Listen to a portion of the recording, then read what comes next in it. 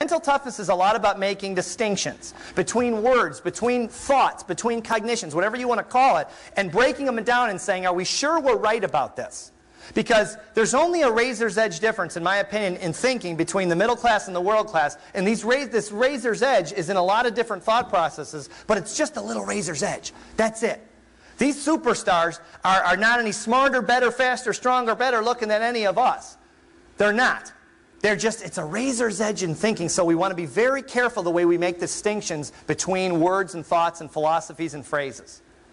Does that make sense? So that's just one of the ways we do it. The next piece of this is, if you'll turn your book over, the next piece of this is sort of the framework of the whole process. And it's what we call the levels of awareness. Again, for those of you who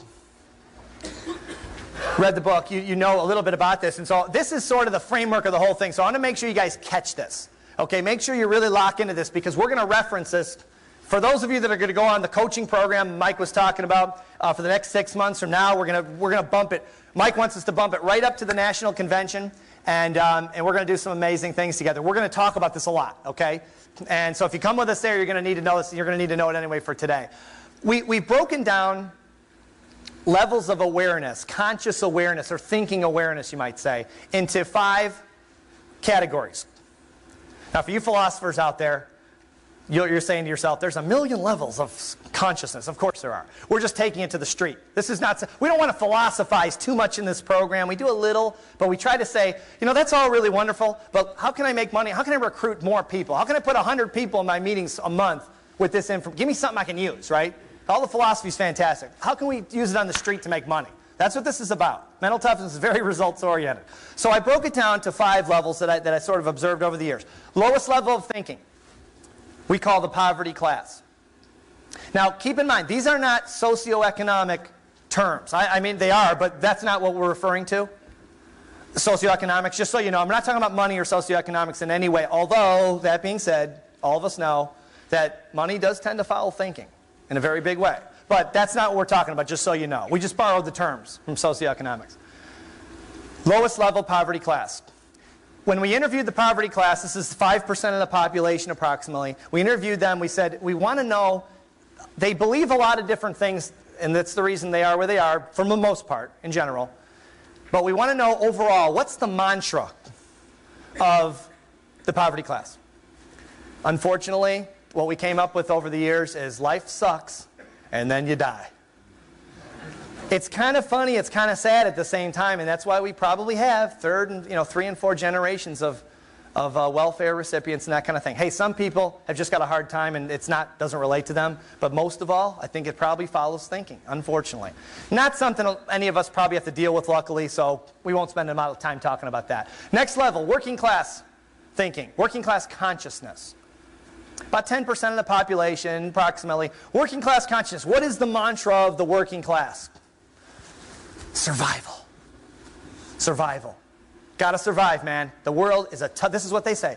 And again, not putting anyone down. This is just what we've observed over the years. The world's a tough place. It's a very tough place. Tough place. Got to survive, man. Survival is the name of the game. Survival. Got to survive.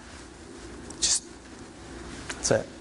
Okay. Again, probably, hopefully not something too many of us have to deal with, hopefully. The middle class. So we don't deal too much with the working class. Middle class. Now think about this again for yourself. Where do you fit with different parts of your life? You don't have to say, you don't have to tell anyone, but just think to yourself, try to be honest with yourself, where do you fit? For most of my life, this is where I fit, right in the middle class. How do I know? Because that's the results I got. That's how, if you really want to know where you fit, look at your results in any given area. If you've been in the business 2 months, and this business, and you just got licensed, and you're saying, well, I've gotten lower than middle class results. Well, you got to give yourself some time, right? But over time, look at your results, and it'll tell you where you are in the classes. The middle class mantra, more than anything else. I just want to be comfortable. Oh, just let me be comfortable. Please, God, let me be comfortable. Nothing wrong with it. No, I'm not putting down, not judging anyone or anything like that. This is just what they tell us over and over and over. I want to be comfortable. And Larry Wilson, a good mentor of mine and friend, says that when the middle class thinker gets to the pearly gates, St. Peter says, congratulations, you've arrived safely at death. One of our clients is a guy named Charlie Idle. Charlie is the CEO of Simmons Mattress Company, you might have heard of, and a fantastic world-class performer, one of the darlings of the Fortune 500. And Charlie said one time I was talking to him, and he said, you know, Steve, we were talking about this comfortable middle-class idea. And he said, you know, I thought about that for a long time. And he said, when I abandoned that thought process, that's when I started my ascent to the top. And I said, well, tell me more, Charlie. Because I love to just probe these guys and find out what's inside their mind, because I know it's different than I've been thinking most of my life, and that most of us think. And he said, you know, I'll give it to you straight. I never forgot this. He said, I just didn't want to see myself sitting in a nursing home one day, looking out the window, thinking to myself that I played it safe. And that just hit me like a Mack truck. I thought, wow, that's a pretty good idea. And I said, well, what did you do? He says, I decided to go for it. I decided to abandon fear and stop being comfortable. He said, I learned, watch this. He said, I learned, Steve, to be comfortable. You know what the finish is. Being uncomfortable. Yeah, they all say that. You've heard it. I've heard it, right? Over and over and over. I learned to get comfortable being uncomfortable. Why? Because I had to have the vision. The vision had to be fulfilled for my family and myself. Had to happen.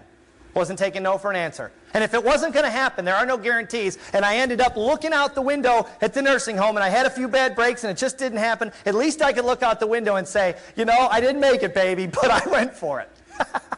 I went for it. I was tough. I was fearless. I went for it. Yeah, I fell a little short. Life happens. Sometimes you get bad breaks. Didn't happen the way I wanted to, but I went for it. That's got to be a pretty good feeling even if you don't make it, you know. I mean, hopefully we all will make it, but be a pretty good feeling to know you did everything you could to make it. Comfortable. I just want to be comfortable. Oh, please let me be comfortable. Okay, so that's middle class. That's the one we focus a lot on. Now, the upper class is the next level. Now, I don't know what you think about this, but I used to believe the upper class was the highest level. Mantra of the upper class? Well, I won't even give you the mantra first. I'll just tell you basically their results. Why do we call them the upper class? Well, because they are great at succeeding. They are success machines. They set out to do something, and they do it. The only downside of the upper class I didn't know before, it took me a while to find this out with traveling with them and interviewing them and all these things over the years, is that on the way to getting what they want, they will run you over without even thinking about it. They're ego-driven. Their mantra, the upper class mantra, over anything else is, I'm the best. I want the best. I don't want to just get my goal. I want to beat you, and you, and you. I want to beat you. I just want to be better because I'm better. I'm bigger, I'm stronger, I'm faster, I'm better looking, I'm, you know. And I thought I really, for a long time, I thought, well, they're getting what they want. They're succeeding, so they've got to be the top. The upper class has got to be the top. But boy, I couldn't have been more wrong. I'm to the point where I don't even want to spend any time with the upper class. Just not my cup of tea. I don't need to beat anyone. I want to help everyone I can help and just get what I want and help everyone. I mean, I don't want to live like that. I'll give you a prime example. I'm going to get in trouble for this someday, but it's just so good I can't resist. I'm just going to say it anyway. And we're videotaping too, but here we go. Donald Trump. Oh, I'm the largest developer in Manhattan. He's not. I have the largest private helicopter in the world. Did you see the finest golf course? I mean, you can't make this stuff up, right? You've heard him on like The Apprentice and interviews and TVs all over TV, right? Great guy. I mean, he's got a house 6 miles from where I live in Palm Beach, and my house could fit in his living room. Just don't be impressed. I mean, big house. But so he's got a lot of success and all those great things. But everything, if you notice, it doesn't ever seem to be enough. Listen, now don't take my word for it. Listen to him. His new book's out. There's another new book out. Success Secret number 8. You know what it is? Revenge. If someone screws you, screw them back. Oh, thanks, Donald. I'll write that one down. Give me a pen. How do you spell revenge? It's R-E. Oh, come on. Come on. I don't want to live my life like that, do you?